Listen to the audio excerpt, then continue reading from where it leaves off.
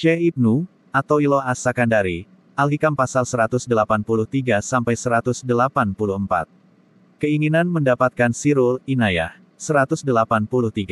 Allah telah mengetahui bahwa hamba-hamba ingin mendapat rahasia kebesaran karunia Allah, sirul inayah, maka Allah berfirman, Allah sendiri yang menentukan, menghususkan, rahmat dan karunia pada siapa yang dikehendaki, dan Allah mengetahui andaikan manusia dibiarkan, mengetahui rahasianya, mungkin mereka meninggalkan amal usaha karena berserah pada keputusan di zaman azal, karena itu Allah berfirman, sesungguhnya rahmat Allah itu dekat pada orang-orang yang berbuat kebaikan.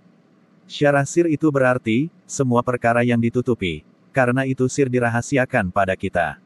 Inayah berarti, bersambungnya irodah kehendak Allah dengan berhasilnya sir di masa yang akan datang, berhubung Allah mengetahui bahwa kita itu sangat menginginkan dapat mengetahui masa depan kita apa celaka apa bahagia, sehingga kita ingin tahu rahasia pemberian karunia Allah, sirul inayah, lalu kita meminta dengan berdoa dan beramal solih. Dan kita beritikat bahwa dengan doa dan amal soli itu bisa menarik sirul inayah.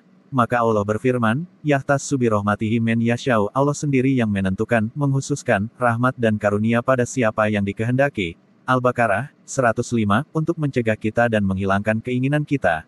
Karena Allah sendiri lebih mengetahui di mana Ia meletakkan risalahnya, dan Allah juga mengetahui bila para hamba dibiarkan mengetahui rahasia pertolongannya, dan terus-menerus melihat bahwa sirul inayah azaliyah itu khusus pada sebagian orang, yakni tidak umum, bisa jadi para hamba meninggalkan amal dan berdoa, karena mengandalkan pada keputusan di zaman azal, kalau di zaman azal aku sudah ditetapkan menjadi orang yang dapat inayah dan menjadi orang khusus, pasti aku akan masuk surga, walaupun tidak beramal, jadi tidak perlu beramal, begitu pula sebaliknya.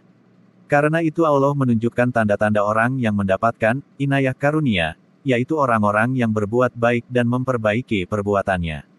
Yakni bukan amal kebaikan itu yang menyebabkan datangnya inayah karunia, ia hanya sebagai tanda adanya inayah. 184. Segala sesuatu tergantung kehendaknya, bukan kehendaknya bergantung pada segala sesuatu. Syarah segala yang ada ini muncul karena kehendak azalinya. Doa, amal ibadah, dan usaha tidak memiliki pengaruh apapun pada munculnya keinginan para hamba.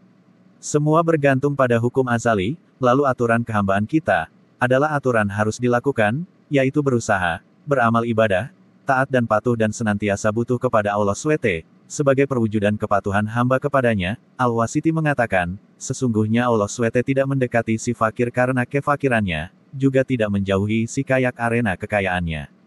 Seluruh makhluk ini tidak memiliki pengaruh, baik sukses maupun gagal, bahkan seandainya dunia dan akhirat Anda serahkan sepenuhnya kepada Allah, Anda tetap tidak akan sampai kepada Allah SWT, dengan dunia dan akhirat Anda. Allah mendekatkan mereka kepadanya, bukan karena sebab atau faktor tertentu, dan Allah menjauhkan mereka darinya, juga bukan karena faktor-faktor tertentu.